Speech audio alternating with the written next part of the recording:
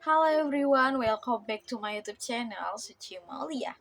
In this video, I will discuss the material for the microeconomics course. So let's watch the explanation. Dinamika ekonomi modern, memahami perilaku pasar, efisiensi, pajak, dan perdagangan global. Suci Maulia dengan NPM 25412-063 dari kelas akuntansi 25A. Yang pertama itu ada agenda pembahasan. Yang satu itu ada perilaku konsumen, yaitu adalah studi tentang bagaimana individu membuat keputusan pembelian berdasarkan utilitas dan menggunakan barang atau jasa untuk memenuhi kebutuhan mereka. Contohnya, hukum Gosen 1 atau utilitas marginal yang menurun. Seseorang yang sangat haus meminum gelas air pertama dengan nikmat luar biasa. Namun pada gelas keempat rasa nikmatnya berkurang drastis karena rasa haus sudah terobati. Membandingkan harga, seorang ibu rumah tangga memilih membeli minyak goreng di supermarket A daripada toko B karena adanya diskon atau promo buy one get one. Yang ketiga itu ada efek demonstrasi. Seseorang membeli ponsel pintar terbaru bukan karena ponsel lamanya rusak, melainkan karena ingin mengikuti tren atau status sosial di lingkungannya. Terus yang kedua itu ada perilaku produsen, yaitu analisis biaya produksi dan maksimisasi keuntungan perusahaan. Contohnya spesialisasi tenaga kerja.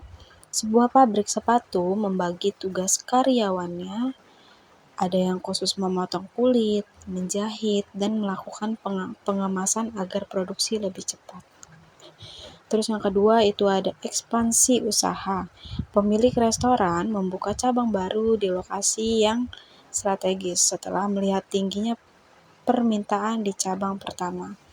Terus yang ketiga itu ada penerapan teknologi. Seorang petani beralih dari menggunakan cangkul ke mesin traktor untuk mempercepat proses pengolahan lahan. Dan yang ketiga itu ada efisiensi ekonomi, yaitu terjadi ketika sumber daya dialokasikan sedemikian rupa sehingga tidak ada lagi pemborosan. Contohnya, yang pertama, efisiensi produksi. Sebuah pabrik furnitur menggunakan teknik pemotongan kayu berbasis komputer CNC sehingga sisa kayu yang terbuang waste sangat sedikit. Yang kedua yaitu efisiensi alokatif. Contohnya, pemerintah mengalokasikan anggaran lebih besar untuk pembangunan infrastruktur di daerah terpencil yang memiliki potensi ekonomi tinggi agar distribusi barang lebih lancar dan murah. Yang ketiga itu ada penggunaan energi, yaitu contohnya kantor yang menggunakan lampu sensor gerak hanya menyala jika ada orang untuk menekan biaya listrik bulanan. Terus yang keempat itu ada pajak,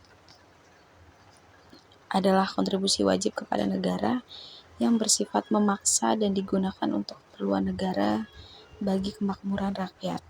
Yang pertama itu ada pajak penghasilan atau PPh. Contohnya seorang karyawan swasta yang gajinya dipotong setiap bulan oleh perusahaan untuk disetorkan ke kas negara. Terus yang kedua itu ada pajak pertambahan nilai atau PPN. Contohnya ketika Anda makan di restoran atau membeli barang di minimarket, terdapat biaya tambahan atau biaya pajaknya sebesar 11% dari harga asli yang tertera di struk. Terus yang ketiga itu ada pajak karbon atau cukai. Pemerintah mengenakan cukai yang tinggi pada rokok atau plastik untuk mengendalikan konsumsinya karena dampak negatif bagi kesehatan dan lingkungan. Kita masuk ke perilaku konsumen, pilihan, dan utilitas. Konsumen diasumsikan rasional dan berusaha memaksimalkan kepuasan utilitas dengan anggaran yang terbatas. Yang pertama itu ada garis anggaran atau budget line, batas kombinasi barang yang dapat dibeli dengan pendapatan tertentu. Atau garis anggaran adalah kurva yang menunjukkan berbagai kombinasi dua jenis barang yang dapat dibeli oleh konsumen dengan sejumlah pendapatan tertentu dan pada tingkat harga tertentu. Contohnya, Anda memiliki uang sebesar 50.000, harga satu porsi nasi padang adalah 25.000. dan harga segelas es teh adalah 5.000. Kombinasi A, Anda membeli 2 porsi nasi Padang dan es teh 2 kali atau 0 es teh, 2 dikali 25.000 senilai 50.000.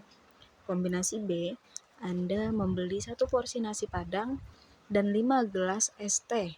Sama saja 25.000 ditambah 5 dikali 5.000 yaitu 50.000. Jadinya 5 kali 5.000 25.000 sama saja 25.000 ditambah 25.000 menghasilkan 50.000. Titik di luar garis. Jika Anda ingin membeli 2 nasi Padang dan 2 es teh, totalnya 60.000. Karena uang Anda hanya 50.000, titik ini berada di luar garis anggaran tidak terjangkau. Seperti itu. Terus yang kedua itu ada preferensi atau preference, apa yang diinginkan konsumen lebih dari yang lain. Adalah kecenderungan atau selera subjektif konsumen dalam memilih suatu barang dibandingkan barang lainnya. Ini menjelaskan mengapa seseorang lebih memilih barang A daripada barang B, tanpa memandang harganya terlebih dahulu. Contohnya, substitusi. Budi merasa bahwa 1 porsi bubur ayam memberikan kepuasan yang sama dengan 1 porsi lontong sayur. Jika ia dipaksa memilih, ia bersedia menukar satu dengan yang lain. Itu substitusi sempurna. Terus contoh yang transitif, jika Ani lebih suka kopi A daripada teh B, dan ia lebih suka teh B daripada susu C, maka secara otomatis Ani pasti lebih suka kopi daripada susu C. Terus contoh yang ketiga itu ada selera. Meskipun harga Android dan iPhone sama, seseorang mungkin memilih iPhone karena lebih menyukai sistem operasinya atau iOS. Terus yang ketiga itu ada utilitas marginal, yaitu tambahan kepuasan diri, konsumsi 1 unit tambahan, yaitu adalah tambahan kepuasan yang diperoleh seseorang ketika ia menambah konsumsi 1 unit barang atau jasa. Hukum utilitas marginal yang menurun, semakin banyak barang yang dikonsumsi, tambahan kepuasan dari unit berikutnya dan semakin berkurang. Contoh, Anda sedang sangat haus dan minum gelas air pertama. Gelas ke-1, kepuasan sangat tinggi, utility sama dengan plus 10.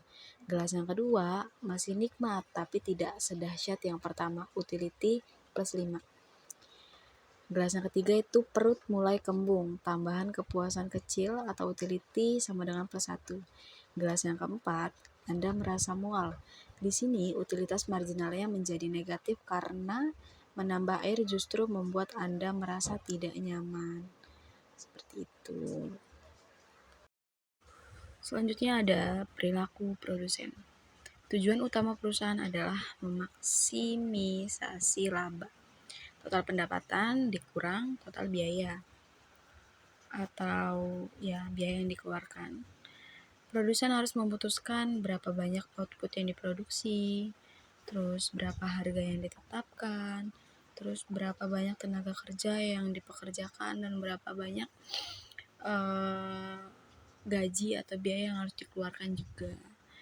Jadi produksi dilakukan hingga biaya marginal sama dengan pendapatan marginal atau MC sama dengan MR. Selanjutnya ada struktur biaya produksi. Jadi di dalam produksi itu ada strukturnya, ada 3. Yang pertama ada FC, fixed cost atau biaya tetap, biaya yang tidak berubah berapapun jumlah produksi. Contohnya sewa gedung. Dan yang kedua itu ada FC, variable cost atau biaya variabel, biaya yang berubah seiring volume produksi. Contohnya bahan baku sembako, dan lain-lain. Yang ketiga itu ada TC, total cost atau biaya total, penjumlahan FC ditambah FC, VC atau dasar penentuan harga pokok penjualan. Efisiensi pasar, keseimbangan atau equilibrium. Efisiensi pasar tercapai ketika alokasi sumber daya memaksimalkan surplus total. Surplus konsumen, nilai bagi pembeli dikurangi jumlah yang dibayar. Sedangkan surplus produsen jumlah yang diterima penjual dikurangi sama biaya produksi. Selanjutnya ada biaya pajak. Yang pertama itu ada dampak pajak. Pajak menciptakan celah antara harga yang dibayar pembeli dan yang diterima penjual. Hal ini mengurangi kuantitas barang yang diperdagangkan, kerugian beban baku, hilangnya surplus total konsumen ditambah produsen karena pajak mendistori insentif pasar. Terus yang pertama ada mencegah pembeli dan penjual merealisasikan keuntungan dari perdagangan. Yang kedua ada ukuran kerugian bergantung pada elastisitas penawaran dan permintaan.